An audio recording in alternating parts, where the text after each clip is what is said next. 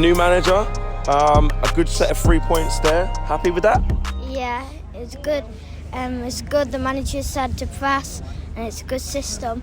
Was you surprised with how quickly, you saw us organise, how quick we were pressing in the first half? Was you surprised to see that so quickly? Yeah, I really was. Who stood out for you? What players? Fred, probably, because he scored a good goal. I was shocked about that. I think Fred was too. I think Fred was shocked as well.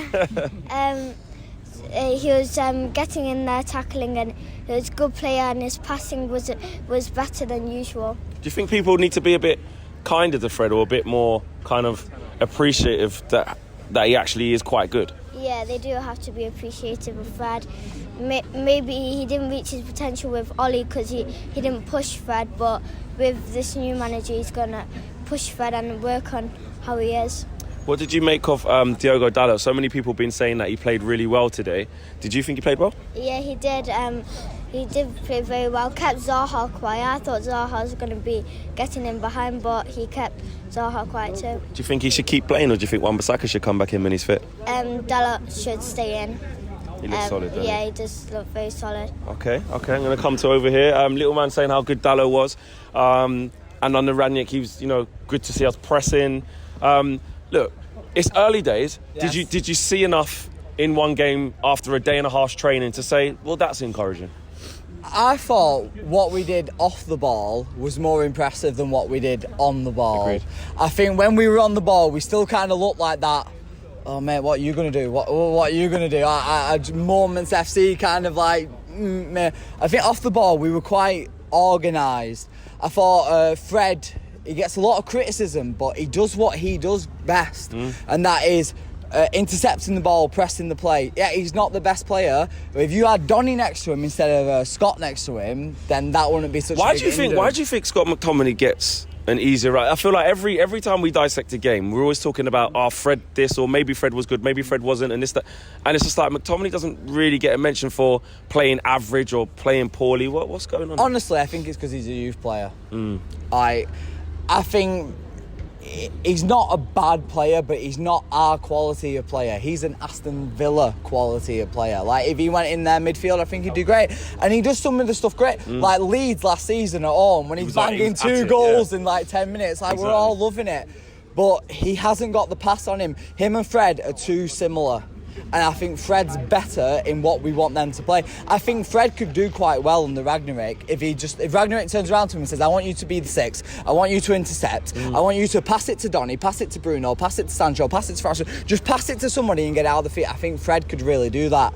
And what the little guy was saying against with Dalot, fantastic. Dalot against Arsenal was, I thought, when I looked at the scene sheet, that was the biggest shock for me, that he was in there. And I think he played well enough against Arsenal to get his position today, and I think that's good.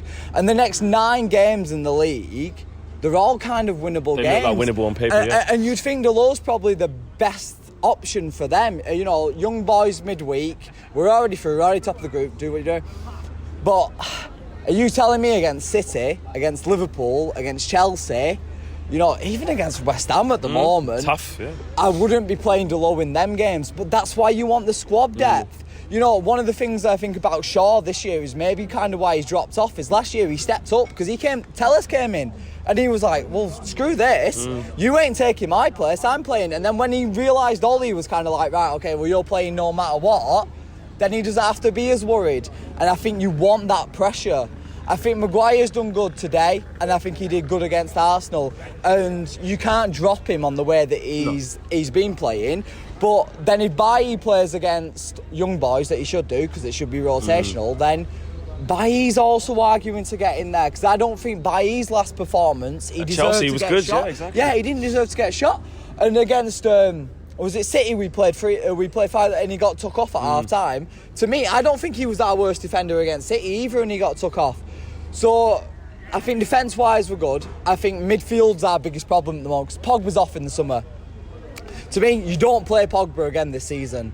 unless think he's gonna leave. unless he signs a new Signs. contract. Yeah, if he signs a new contract, then yeah, because he's the best ball playing midfielder at our club, no doubt. Nobody's And in a system like this that looks quite organised. Yeah. Nobody is saying that he's not a world-class ball-playing midfielder. Yeah. But if he won't commit to us, then we don't commit to him. Get him out. Get Donny in. You have Fred, Donny, and Fernandes. Sancho, I'll ask you this tonight, right? Because I sit in the scoreboard end, yeah? So I'm sat there and I've got Sancho here, Rashford here, Ronaldo there, and fucking nobody there. Do you not think that's a bit of an issue? I saw for spreading that defence. I saw today Sancho tucked in with Bruno Fernandes tucked in as wingers, but like it was a 4-2-2-2, 4-2-2-2 basically. That's what Rangnick does. And I liked it. I thought it was compact, and then if the fullbacks did get it, Sancho would go out and press. If the other left-back got it, Bruno would go out and press. And it was a clear, obvious tactic. And then Ronaldo obviously up front with Rashford. And I think it can develop. In the first 35 minutes, I thought Sancho was brilliant. I thought he was getting on the ball. I thought he was making the right decisions. But you're saying the space. You're talking about the space in behind. I'm saying about splitting the defence. We all know, like Pep. Yeah. As much as we wish he wasn't a good manager, he is a good manager. And one of the things he'll tell you is when you're in attack, you want to go wide and you want to spread their defence apart. When you've got Sancho and Rashford and Ronaldo in half the pitch and nobody on the other half the pitch, that's the only thing. Do you know what, mate? And as an interesting point, maybe that's something that we'll see. I'm going to bring you in a second. Yeah. In terms of what you saw, he was talking about there's little areas there, day and a half's worth of training though, but after such little time with the boys, did you like what you saw? I was really happy with the performance. This is probably the best performance first half we've seen in a long time. And I'm really happy we got a clean sheet as well, because we've been shipping in so many goals, especially against even the little teams as well, or even the teams that have not been performing well, like Villa and Leicester. They have not been doing good this season, but they still beat us.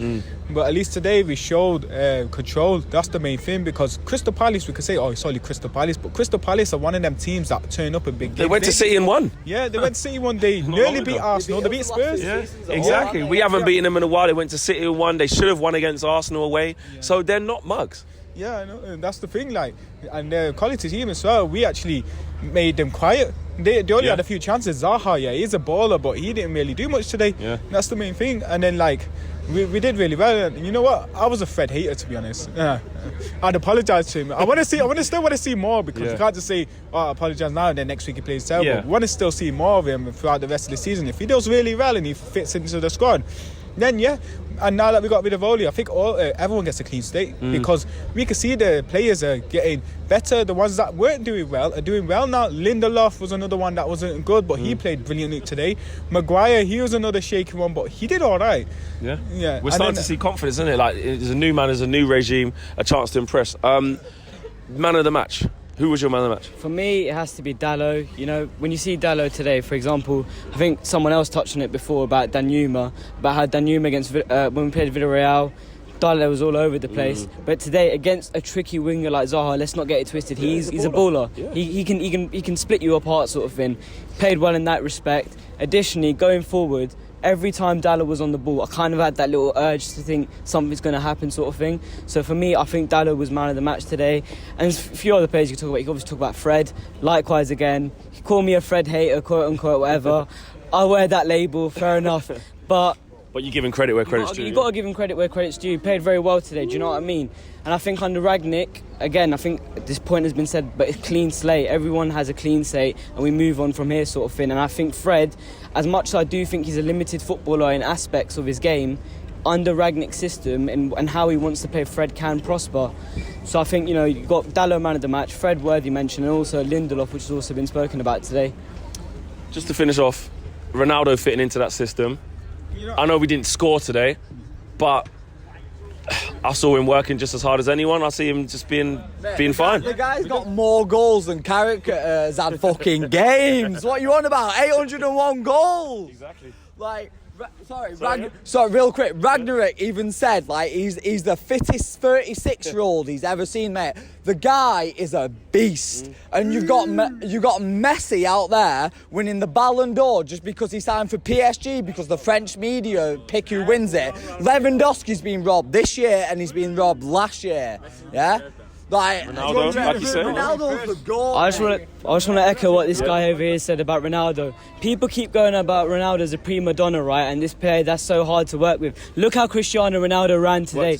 He worked. Look how he worked. Look how he worked against Arsenal as well. And then also in a failing Manchester United team, scored 12 goals in 16 games. This guy is an absolute goat, right? I don't want no disrespect on Cristiano Ronaldo's name. He's been playing well in a failing team, and also he's put a shift in. Like, I don't want to hear this prima donna talk and all of that. Cristiano Ronaldo's the GOAT. End of. Lionel Messi, 34 years old, 1 goal in the Farmers League. Say less.